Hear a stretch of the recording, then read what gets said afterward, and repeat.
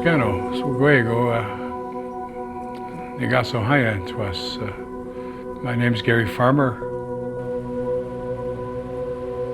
I'm from the Huga Wolf clan. Living and born right in the village of Oswego in Ontario, Canada.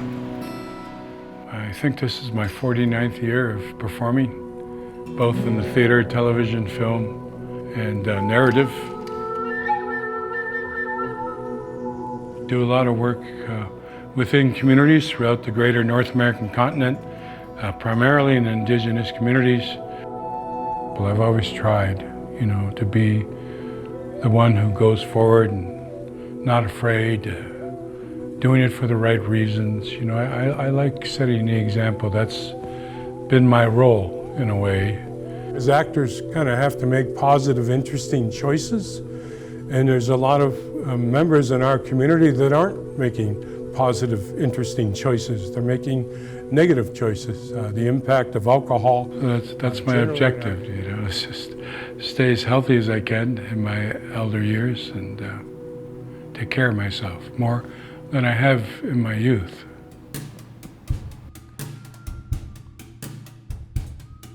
I've never had any incidents or sights of cancer or feelings, but my past partners dealt with several escapades, and I've been able to support her through probably 5 excursions with it. Beautiful. Miigwech. Now, good. That's beautiful. So Gary has been a leader in many different areas. It's an honor to be here at the Roswell Cancer Institute, and it's an honor that I'm going forward with some testing to find out some details of my own health history to see if we can resolve any problems upcoming, and I look forward to a bright future for all. I am a patient care navigator here at Roswell Park. I grew up on the Allegheny territory of the Seneca Nation, and I grew up there my entire life. Wow. Yep. What's a patient navigator? So in my role as a patient navigator, I assist people in the community. I help them get services in cancer screening, whether it be here at Roswell or just giving them the information that they need to get screened. Navigating my introduction to cancer research and findings. Are you a smoker or a former smoker? Depending on that answer, it would be if you need a lung CT scan to screen you for that. We do have, through Roswell, the EDDI, the lung cancer screening bus, to service areas. Mm-hmm. Yeah, I saw the Roswell bus on campus that does that thing. Yep, so that does go to various locations. So if we are able to, we try to get the patients scheduled there so that it comes to them. Yeah. Hi. Hi, welcome. Come Thank on you. in. Thank you. Hi, welcome. Hi. We're gonna get you checked in. Can I have your name and date of birth, please? Sure. My job here today is just to go through what the visit looks like. So we'll talk a little bit about your medical history. We'll go through the scan, things that we see on the scan. We'll talk about lung nodules, follow-up, and also incidental findings. So these are all important things that you'll need to know for your follow-up. Mm-hmm. All right, we're going to talk about smoking history. You just need to know when you started smoking. I started as a child, probably 12, 13 years old. Mostly peer pressure. Cigarettes were very popular back then. The Marlboro Man, he was cool, and my father, I had to go buy my father's smokes at the corner store, 25 cents, and eventually I started smoking, and smoked probably up until I was 35,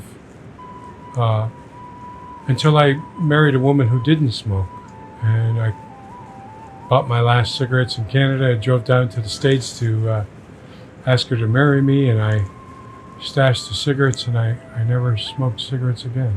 Good for you. That was going to be my next question, is how to quit. Because usually we offer ways to quit here. We'll offer that here while you're on the bus, or we can work with your primary care doctor for that as well.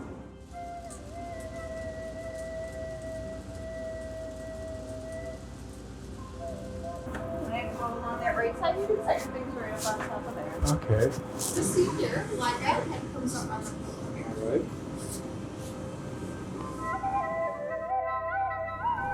Perfect. And then I'm going to have you bring both arms up above your head, please. Oh, luckily I can still do this. All right, so this is going to be fast. You're going to move in and out a couple times. Machine's going to instruct you to hold your breath, then breathe. Just do the best you can, taking in that big deep breath, and the whole scan is 2 minutes, okay? The machine's going to talk to me? It will, yes. It'll tell you 3 times, so hold your breath and then breathe. Okay. I hope I fit in there. You will. All right, just close your eyes for a moment. I'm going to get you centered.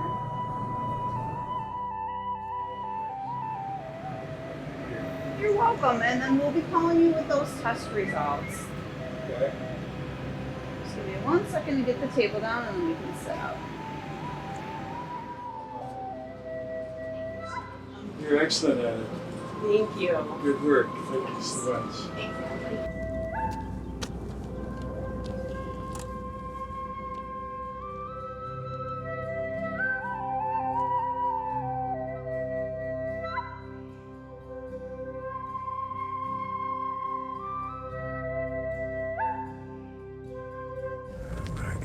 Bearings here. Where'd my phone go?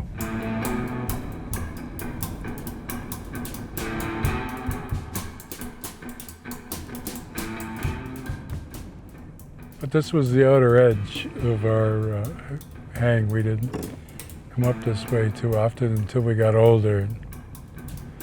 Mr. Goodbar. Richmond. Okay, so here starts our hood. This was our territory that we protected. Our little gang guys all lived along these streets here and along Auburn. And we used to have a teen lounge arranged so we could have dances. And me and Joe and a number of other of our friends, used to front the door. Local bands, all our guys would be playing music, But so I had just had to get to high school from that house that's not longer there. There's a space. And all I had to do was get to this school. And I never missed one day of school. Here, it's still got the old cobblestone. Never missed one day of high school, but I was late like 400 times.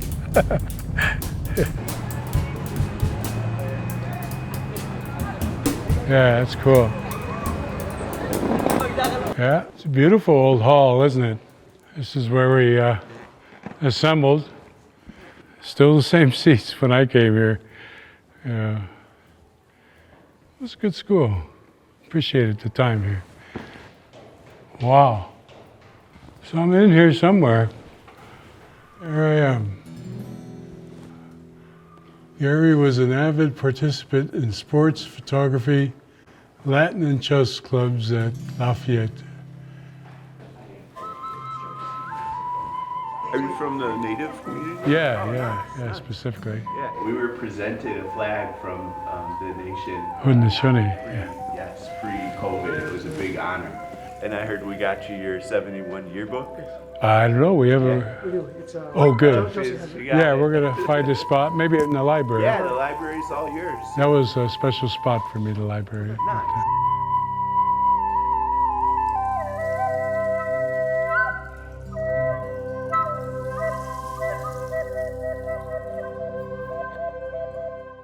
The school was kind enough to find my graduating class for my yearbook, and this brings back a lot of memories, of course. Harry Farmer, look at that hair. Where'd that hair go? Those sideburns. Pretty handsome guy, eh? Big guy, he was a big guy.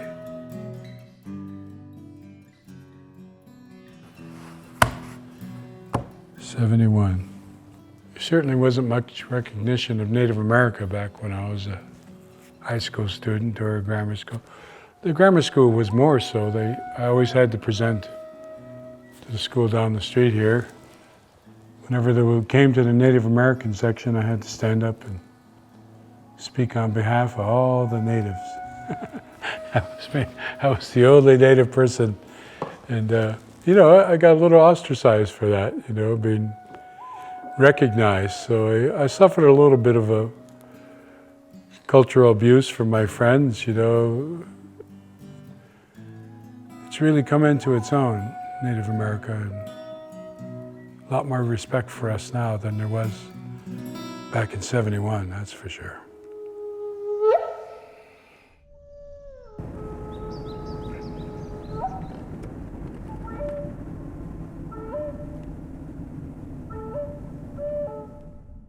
So we're still doing some research to find out more about our relationship to cancer and our impact and cultural things that we've lived through, all of us as Indigenous people in this world. I've just gained so much knowledge about the processes, about the potential, about the new technology that the scientists and medical people like yourself are discovering, and especially that it's specified to Native America, which is long overdue. Hi Gary, my name's Katie. I'm one of the genetic counselors here at Roswell.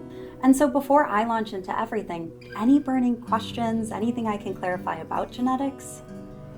Well, you know, a lot of our people are a little doubtful of genetics and the DNA test and such, but I don't feel that way. I'm really curious about, you know, because we have suffered a long history of the impact of alcohol on the continent and how it's affecting our liver, and I know there's a high incidence of liver cancer in our community.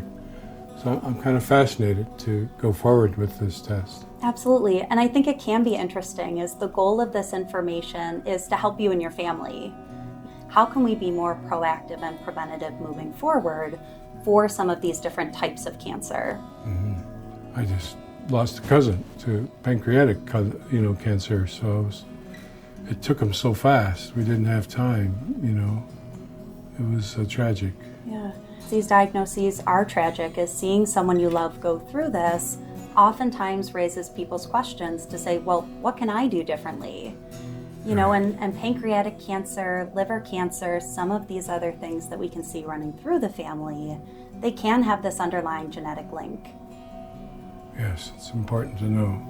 When we know that early detection is so important, and that's really where we fit in.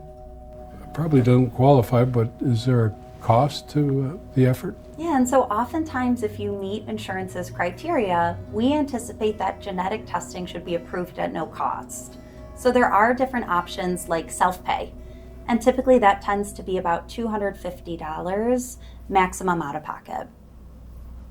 Yeah, I just got a speeding ticket. It was more than that. So.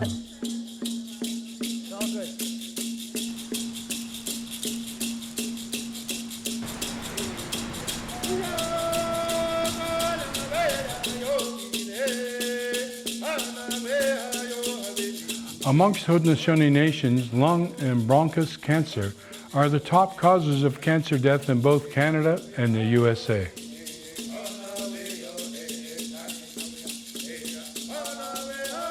In the USA, lung cancer screening recommendations are for people between the ages of 50 and 80 years old. Have a 20-pack a year, smoking history, current smoker, or have quit within the last 15 years. If you have a family history of lung cancer, you should also let your provider know. You can also contact a cancer-focused patient navigator or a primary care physician at your Indian Health Services Clinic, NCI designated cancer center, or First Nations, Inuit, or Métis health programs to further discuss cancer screening and eligibility.